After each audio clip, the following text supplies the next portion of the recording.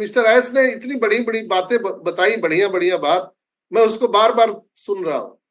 उन्होंने कहा कि 2018 में जो टेक्नोलॉजी था 2019 में 20 में, आज 2024 में हम आ गए। हम बनना 2018 से शुरू किए थे, 24 में आ गए।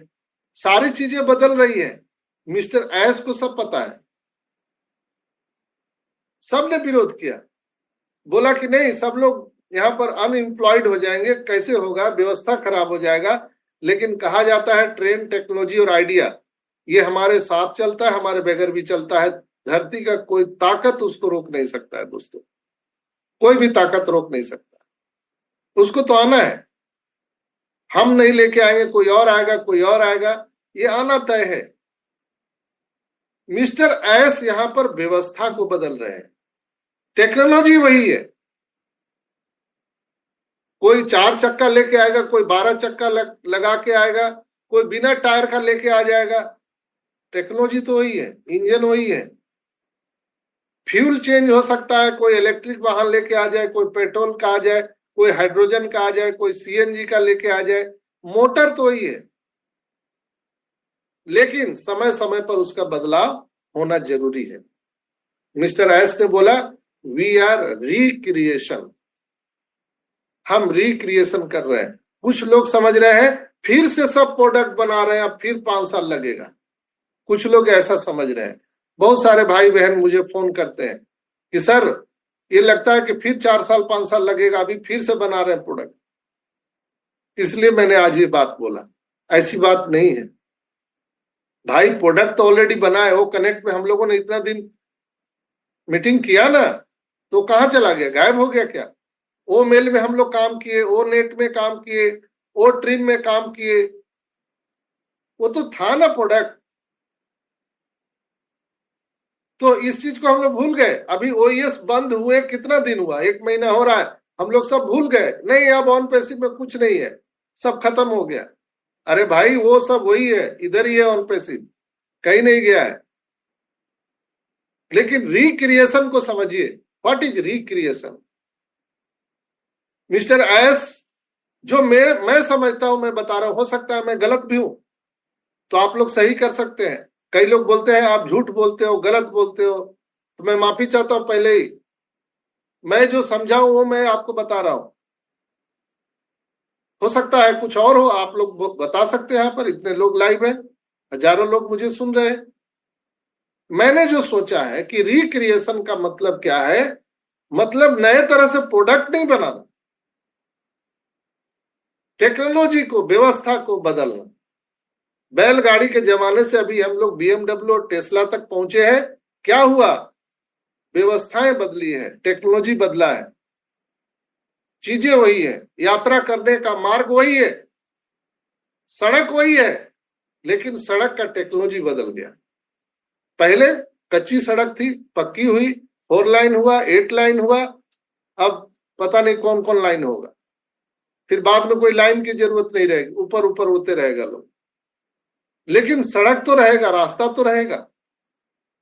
तो उसी तरह ऑन पैसिव में जो 2018 से हम लोग शुरू हुए थे, जो अभी तक 2024 में आए हैं, रास्ता वही है, सारी चीजें वही है, हम व्यवस्था को बदल रहे हैं।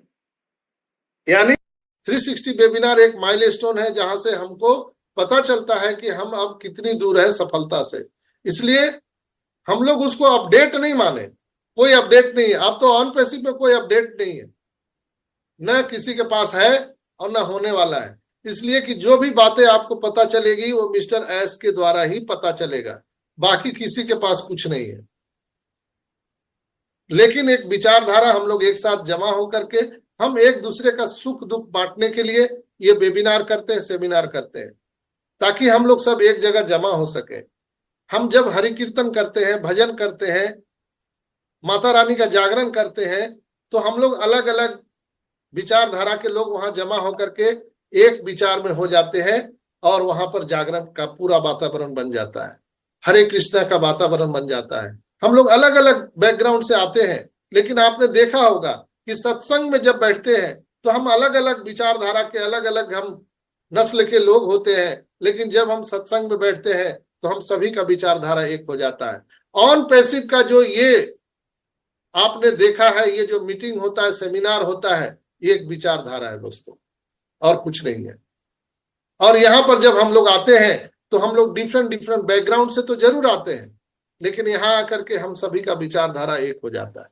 अगर ये मीटिंग, फंक्शन, सेमिनार बंद हो जाए, एक भी कोई नजर नहीं आएगा यहाँ पर। कोई बोलता है मीटिंग बंद कर दीजिए, कई लोग हमें मैसेज करते हैं कि आप जब कोई अपडेट नहीं है सलीम शेख जी को निकालना पड़ेगा। एक ही भेज दिया, एक ही डालिए बाहर करके सर बात।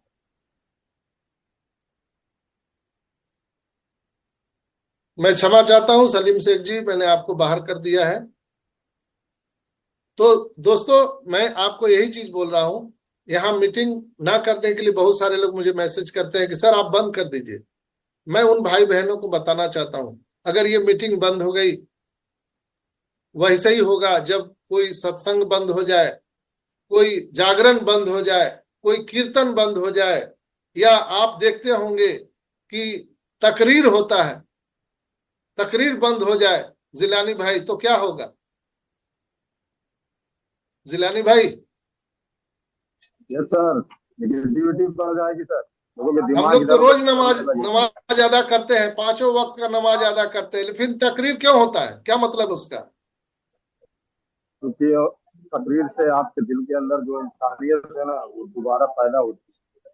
जो नेगेटिविटी बिल्कुल, हम लोग एक विचारधारा से जुड़ सके। खाली होती तकरीर का, सत्संग का, मीटिंग का, फंक्शन का, सेमिनार का एक ही उद्देश्य है, हम सभी एक विचारधारा से जुड़े रहे, बस उसका एक ही माने मतलब है। ऐसा नहीं कि अपडेट हर मीटिंग में आपको पैसा कब आएगा, ये चीज आपको पता चले, इससे कोई लेना देना नहीं। क्या आप हर सत्संग में जाते तो भगवान मिल जाते हैं क्या? हर तकरीर में जाते तो अल्लाह वाहेगुरु मिल जाते हैं क्या? नहीं। हर मीटिंग में आते तो आपको पैसा मिल जाए, ऐसा कोई जरूरी नहीं है। लेकिन हमारा जो विचारधारा है वो ऑन पैसिव के साथ बना रहे, मिस्टर एस के साथ बना रहे, इसलिए मीटिंग, फंक्शन, सेमिनार जरूरी है। आज 6 लाख से ज्यादा, 7 लाख लोग यहाँ इंडिया में हैं। ये बहुत सारे हमारे लीडर लोगों ने अपना योगदान दिया है, उन्होंने रात दिन मीटिंग किया है, सेमिनार किया है, तब जाकर के इतना बड़ा कम्युनिटी बना है। ये अकेले का नहीं है, बहुत सारे लीडरों ने मेहनत किया है, मैं उनका नाम नहीं लेना चाहता हूं, लेकिन जिनका भी योगदान है मैं उनको सत सत नमन करता हूं। तो दोस्तों मैं आपको यही चीज बोल रहा हूं, यहाँ मीटिंग ना करने के लिए बहुत सारे लोग मुझे मैसेज करते हैं कि सर आप बंद कर दीजिए। मैं उन भाई बहनों को बताना चाहता हूं, अगर ये मीटिंग बंद हो गई, वैसे ही होगा जब कोई सत्संग बंद हो जाए, कोई जागरण बंद हो जाए, कोई कीर्तन बंद हो जाए, या आप देखते होंगे कि तकरीर होता है,